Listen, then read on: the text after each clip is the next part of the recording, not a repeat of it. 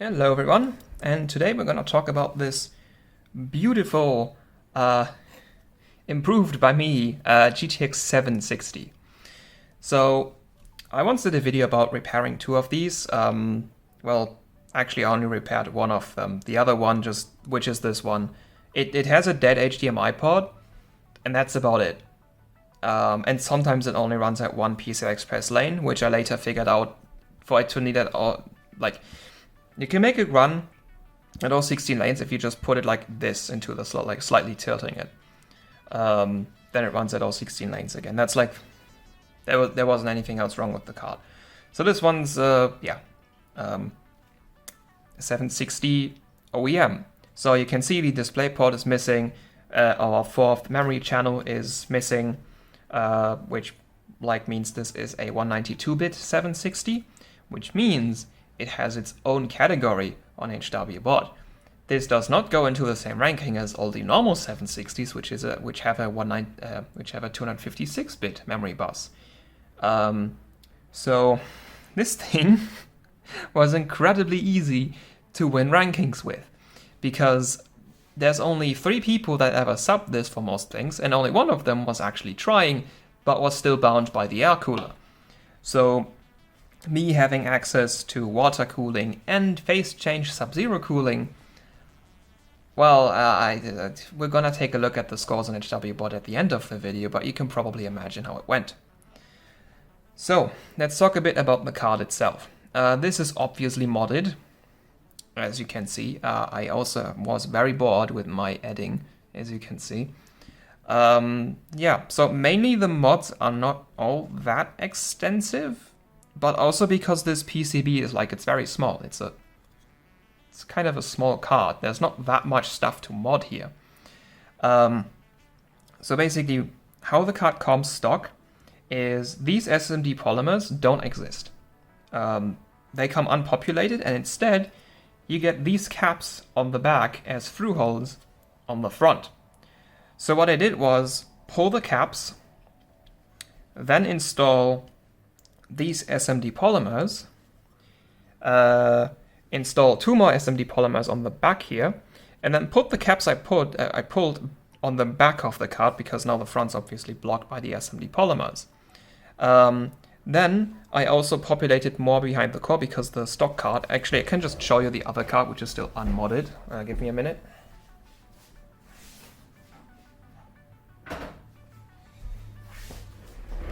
So this is how the card used to look.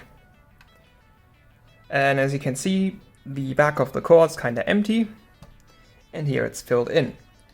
So yeah, that's just kind of what I did. I added a bunch of capacitors, mostly, just SMD polymers, a few multi-layer ceramics around the core, and there's some additional ones. I think these are also new. But mostly just added SMD polymers and then put the can types on the back, because now the front had these. And that's pretty much all I did for cap mods. The only other mod really is this, which is a hookup to the V-Core voltage controller to make it volt moddable through the EVC. I made a video on how this works. It's basically just purple wire goes to the feedback pin, white wire goes to the V-Core output. You plug this into the DAC of the EVC and you get voltage control. Without having to use a potentiometer, and you get a nice digital readout. Just kind of a little bit more convenient to do, which is why I kind of prefer it. And then of course I took my adding and was bored. At least now you can easily see what memory chip it has. So that's for the mods of the card. And how I ran this was, so there's a few difficulties with running this card. The main difficulty is that the V-Core VRM is not really volt moddable. I did it anyway, and how I did that is through BIOS modding. Because the roadblock that you're gonna run into when you try to volt mod this card through whatever means, this right here, or normal HWBot, or just anything, that roadblock you're gonna run into is called the NCP5395T. This thing, or like pretty much all the NCP5 something something something controllers, are known to have an overvoltage protection that just stops you from volt modding it very much. Like you can get like 50 millivolts more and then it shuts down because of overvoltage protection. And the only way to get around that is to vid mod the controller, which I actually did.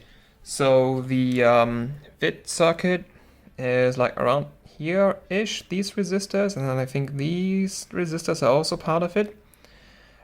Basically, there's 8 vid pins, starting at vid 0, ending at vid 7, and then each pin is responsible for a certain voltage step. So vid 0 is the smallest step, I think that's like 2.5 millivolts, and vid 7 is the largest step at, I think, 400 millivolts.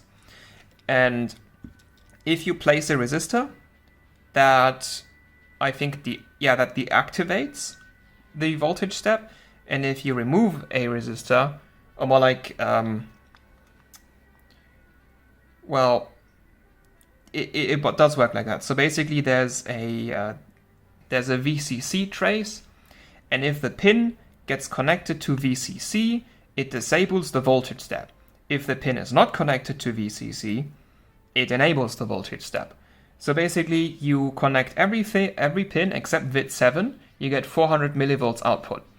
And because each pin is responsible for a different voltage step, you can get pretty much everything between like 1.6 and 0.7 volts through rearranging the vid pins. And stock, this thing comes, well, the stock voltage for this is 0.9 volts, but the stock vid of this is actually, I think, 1.15. Because it boots up at 1.15, and then once the driver initializes, it goes down to like 0.9, because this is like an OEM card.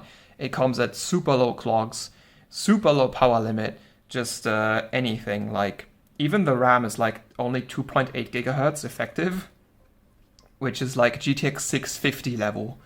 I think that's literally the same speed that a 650 comes with, and this is a 760.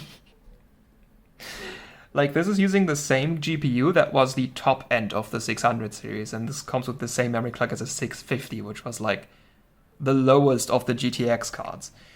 But yeah, so like, and you need to volt mod this controller to get more voltage. I just ran into one problem, and that being that vid 6 and vid 7, the 2 pins responsible for the highest voltage steps, were hard locked on this thing. I removed the resistors. I even cut the trace. You might be able to see it. I cut into the PCB to make sure that the pin is not in any way connected to VCC. It was still acting like it's connected. And I think that's either because there's a pad under the controller that just connects it through a different trace that I can't cut without removing the pad, or that it's just internally inside the controller. Like, I don't know if this is like, well, it doesn't have I2C, so I don't know if there's any firmware in the controller, if it's just all done in hardware, but like it might be internally to the controller, just hard locked to that.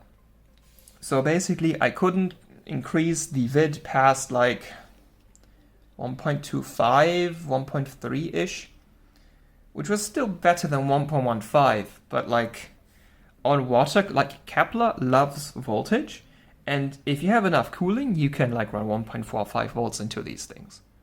That was not gonna work. So I kind of gave up on the card for a long time, and then one day I started experimenting with it again, and I discovered by using Kepler using Kepler BIOS editor, you can actually set the card to run at a higher vid. I don't know if my vid mod was necessary for that, or if the BIOS mod alone makes it work. But basically, in Kepler BIOS editor, there's a few voltage levels you can adjust. And I don't know which one I adjusted, but I adjusted some voltage level, just dragged the slider to the maximum. And now the card was just out of the box, without doing anything, running at like 1.3 volts under load. I don't know if the controller would have shut that down if I hadn't done the vid mod, because I didn't undo that. I could try it on the other card. I don't know. Yeah, but like as far as I know, the GPU still talks to this over PWM vid, so it could theoretically override the physical vid circuit of the controller. I don't really know much about this, but I think you may only have to do the BIOS mod to get this to work. Yeah, so basically now I was able to at least get 1.3 volt out of this without even having to hook the volt mod up. I actually only hooked this up for run and then didn't bother to hook it up again. And that first run was GPU Pi, and that was the only time I actually ran this thing sub-zero. So I strapped this to the phase change, first intending to run Firestrike on it, but back then I didn't know that because it dropped PCI Express lanes. I didn't know that I just have to like tilt it like this a little bit to get all the lanes back. So I sat there at one lane. Like it used to run 16, then you run it for a bit and suddenly it crashes, and when you restart you're back at one lane. So I was like, well, this Firestrike scores are gonna suck now. But I can still run GPU Pi because GPU Pi does not care about your PCI Express link. It also shouldn't care about memory speeds, at least on Kepler. Like that, for some reason, GPU Pi on Fermi cards is both incredibly heavy on the core and scales with memory clock. At least on the GTX 570 I have. I don't know why it shouldn't. It's supposed to be like a rather light load, but for some reason it was pulling like more power than Firestrike, and it was getting like big reductions in time from just overclocking memory. I don't know why, but on this card you don't have to do that. You don't have to worry about that. The only thing you need to worry about for GPU Pi on a Kepler card is core clock. And I think it did like 1650, 1700-ish on the core. And I took first place. And then I ended the session because it's at 1x and it's not worth even bothering with the other tests. And then as I was gonna set it up again, I was just like, well, I have no competition on HWBot about this. Let's just run it on ambient where I don't have to like worry about condensation and stuff. And if it doesn't have all the PCI Express lines, I can just like pull the card out, put it back in, which I can't really easily do if it's at sub-zero. So I decided to run this on water cooling for the rest. It didn't even cost me that much core clock, because like for the small amount of time where it did have all the lanes and I ran Firestrike sub-zero, it did like 1350, 1370. On water it does like 1320, which is not that much lower actually. Like it's less of a difference than you would expect, because like my ePowered 780 did like 1500 in Firestrike sub-zero. It would not do that at ambient, like no chance. So yeah, this thing, either my mount was bad or it just doesn't scale that much with cold, which is kind of weird because Kepler should scale with cold.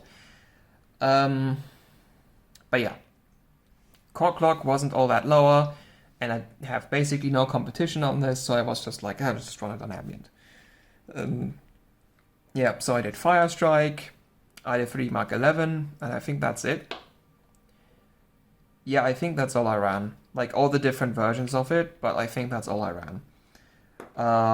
And well, like took first place because no one else has their card modded. Like there's one person that did like 1300 core, who just like happened to have a good core and was still on air cooling as far as I know. And then there's me who was on water cooling and has the card modded. Yeah, so I won. Not because I'm good at anything, but simply because I had a modded card, just any mods, and yeah, that just kind of, and like better cooling. Yeah, so that's the adventures of this little card. I might rerun it at some point. Like I could still like do superposition. About Valley, no, Valley's still on HW. About Heaven, I actually don't know, because Heaven has a bunch of OS optimizations that I don't know how to do. So even if your card's like super fast, you can still get really bad scores in that one. What else? I didn't run Vantage. I might rerun Vantage. And then whatever else there is. Yeah. So, oh, and SLI. Not a single person has subbed SLI scores for these, and as you can see I have 2, even if this one isn't modded, because no one else subbed anything, I can just sub stock clocks on these, and then rerun everything else again, and get a bit more gold for my HWBot profile. Yeah, the things you're doing for internet street cred, right?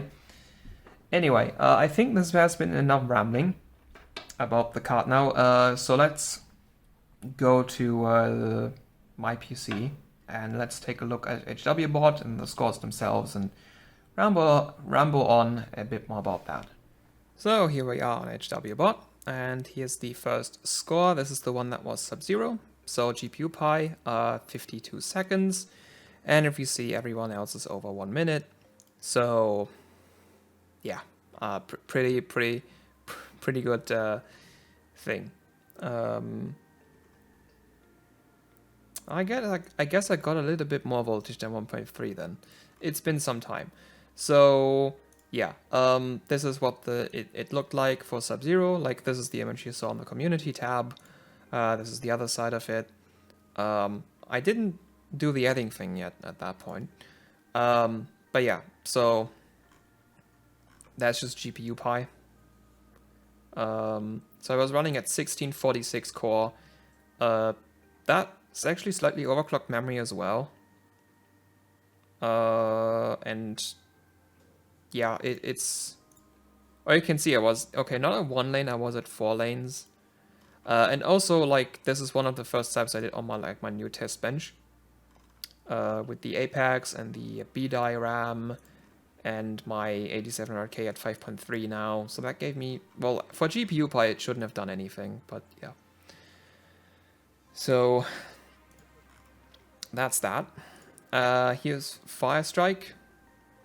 Also first, big surprise. And this is the water setup I had. So, yep, that's just how I ran it on water. As you can see, not hooked up to the EVC, just stock voltage. And yeah, what did I run this at? 1392. Man, I'm remembering the clocks wrong. So I did 1400 on water? That's not bad. I wonder what it did on Sub-Zero then. But yeah, so like the next guy who's like a couple 100 points below me, what did he do? What did he do? Okay, he was 1306, like basically 100 megahertz less. Also slower memory. Faster CPU, though only a 7700K. But yeah, it's Firestrike.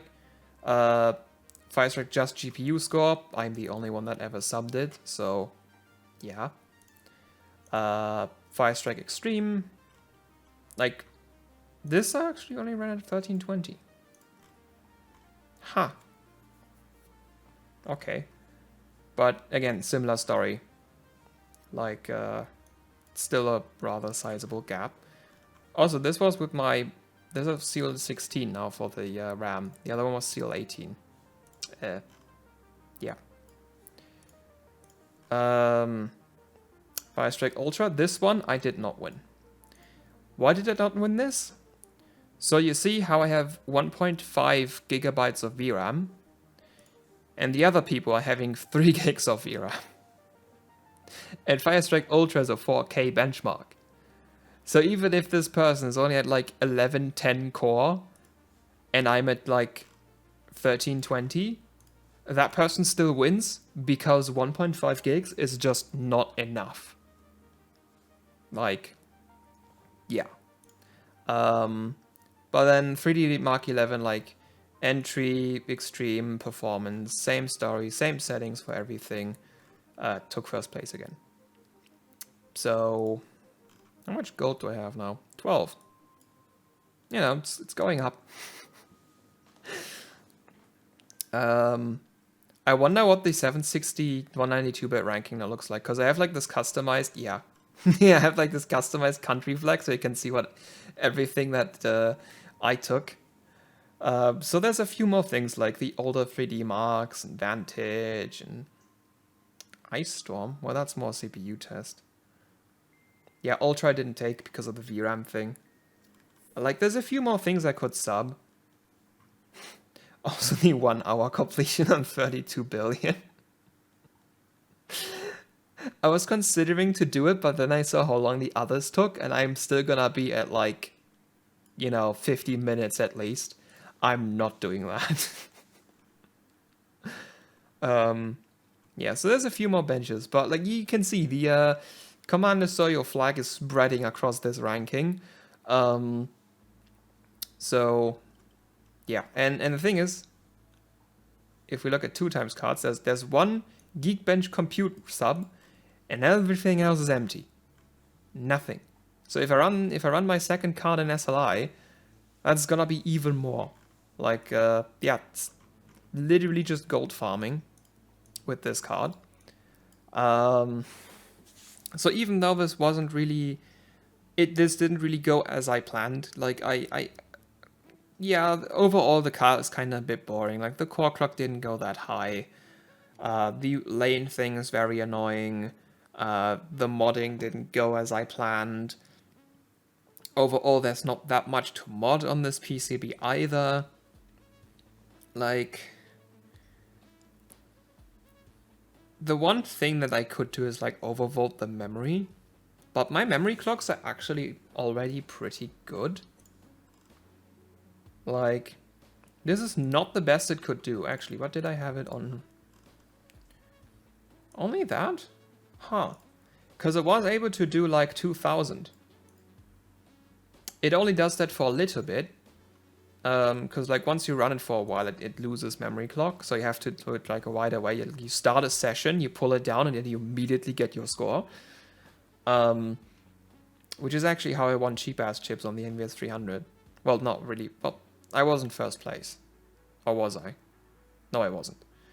But yeah, like this thing was running for a while, as you can see by the ice on the back of the core. Usually it's just a bit of frost, but this is proper ice. You only get that when you run like more than 20 minutes. Yeah, anyway. So I think I've rambled along enough. To be entirely honest with you, this is just a filler video, because I was just like, man, I haven't made a video in a while. Oh, there's this like I was messaged about the 760 on the Actually Hardcore Overclocking Discord. I was like, hey, I didn't make a video about that one. Cause like I'm currently working on like binning all my 500 series cards again, and I'm just not motivated to finish that right now. I got like halfway through it, and then I was just like, oh, I'm feeling like I'm just wasting my time. So let's do this later.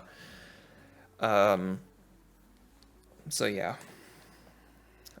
Before I do the overclocking guide thing, it might take a lot of time because I need to motivate myself to bin all these cards again. And like write a script about all the stuff I have to say. Anyway, yeah, that's as far as the overclocking adventure with this GTX 760 192-bit goes. Like, I mean, I got this for like super cheap because it was sold as dead, and well, it has a dead HDMI port and wonky PCI Express lanes. So like, if you use the DVI port and accept the PCI Express weirdness, the card works just fine. So I can't really complain that much. Like, it's still Kepler. Kepler is a fun architecture. Like 28 nanometer architectures are like my favorite because they scale well with temperature and voltage. You can get a lot of extra core clock out of it. There's a lot of very nice PCBs available, though this one isn't one of them. They usually scale pretty well with cap mods as well. They're very moddable because back then you could still mod the BIOS. Like, 28 nanometer cards are very fun. It's just that the card itself was not all that great. But hey, at least it got me a bunch of cheap gold on HWBot until someone decides to try more and snags it all. Anyway, I hope this video isn't 30 minutes long now. So thank you all for watching. Hope you enjoyed, and until next time, goodbye.